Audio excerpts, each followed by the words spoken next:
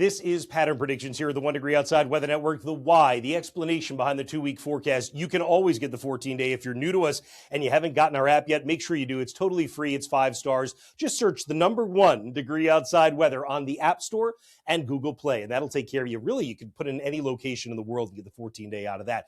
Now, here's what's going on, though, in the next 2 weeks of weather. What I want you to watch for, what we're going to talk about that may change, and what you can kind of hang your hat on. I would say hang your hat on a cooler than normal pattern continuing. And at first you look and say, wait a minute, there's a little bump here. Now, this is the height to 500 millibars, basically average temperature through a deep layer of the atmosphere. Colder colors for colder average temperature, warmer colors for warmer average temperature. Yes, warmth is building out of Central America through Mexico into the southern United States, but the cold will not relent. You might remember we talked about this in the monthly forecast, not just for this past month. We talked about it last month. We talked about it the month before that, that as we headed into spring, there was so much cold and snow over the winter in eastern Canada, as well as here at home, that you were likely to be subject to backdoor cold fronts. Well, this is a little bit more than that. Look at this. This is big rounds of upper level energy and cold air that keeps dipping down in the jet stream, what we call a trough or a dip in the jet stream that continues all the way out, not just through the upcoming weekend, but then again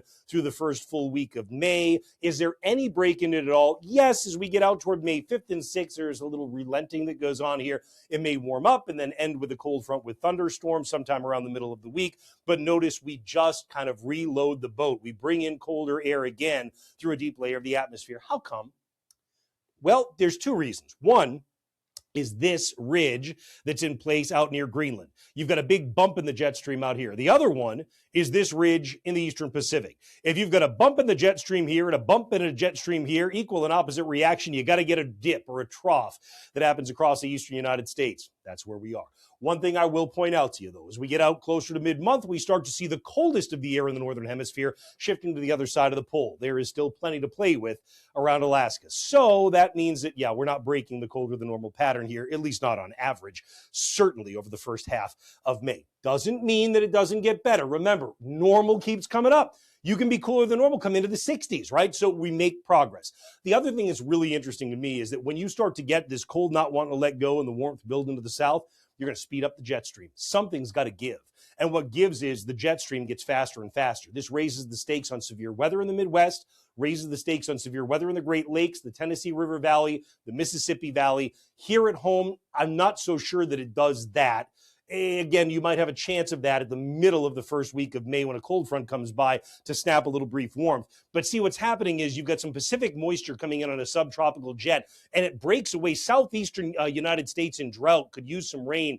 It's hard when you get a split jet to make that happen. So overall, do you get some shots? You do. Here at home, same thing. It's not like I see something that says, oh my goodness, it's going to rain for days and days on end. But I do see, as the jet stream gets faster, and you see these stronger jet streaks, these little areas of faster wind picking up, this does increase the propensity anyway that we get some storms developing along the coastline, which certainly could focus at least some shots of rain that come through. Not a lot of them, but when you get these bigger rounds of energy, it can at least have a chance to produce something a little bit more meaningful.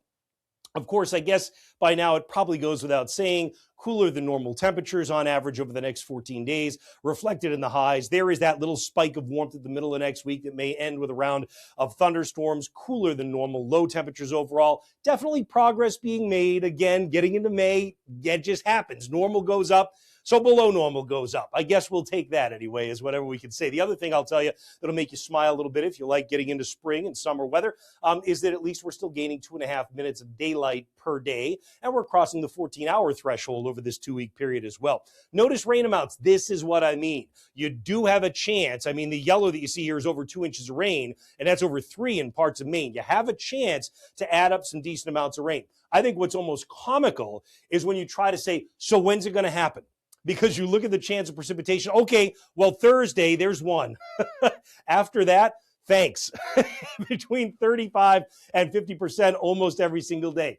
Well, hold on. I think there is a little something we could tease out of this and do a little bit better job as to trying to nail it down, right? What I'm going to show you here is the surface pattern. Surface temperature and colors, and then the black lines is the surface pressure.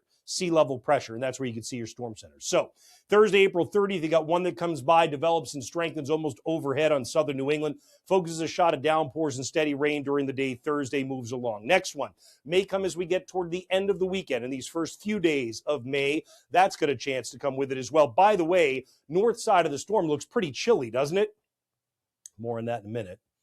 And as we get out toward Wednesday, May 6th, that's the thunderstorms to end the little bit of brief warmth that we get that I was telling you about. That strengthens into a storm that, by the way, turns chilly on the backside. Friday, May 8th, or getting into the beginning of next weekend, at the end of the 2-week pattern, you got another system that's there, and it might be another one still, getting out to the beginning of the following week. So these are the times that you'd be looking at to say, all right, do we see some consolidation of the chance of precipitation around those times?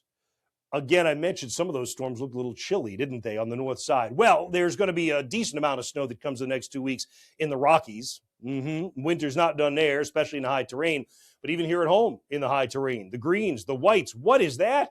That's on the north side of those storms that we had looked at, being on the cold side of some of those storms. Now, I don't think it's going to be something where you're going to get a lot of snow down to the valley floor, but it certainly is interesting that at least in the predictions from the guidance, we're still seeing snow showing up, right? If you love this stuff and you want more of it, look, we're focused on New England, but as you can see, we do focus on the rest of the country as well. We're always on your smart TV and the YouTube app, the 1 Degree Outside Network, online at 1degreeoutside.live, or in our app, linked right atop the top of the home screen. Have a great week. I'll look forward to seeing you with the updates, and Danielle will also. Thanks so much for watching. We hope you enjoyed this 1 Degree Outside video. Get exclusive content, support the mission at membership.1degreeoutside.com, and don't forget, free and 5 stars on the App Store and Google Play. Search the number 1 Degree Outside weather.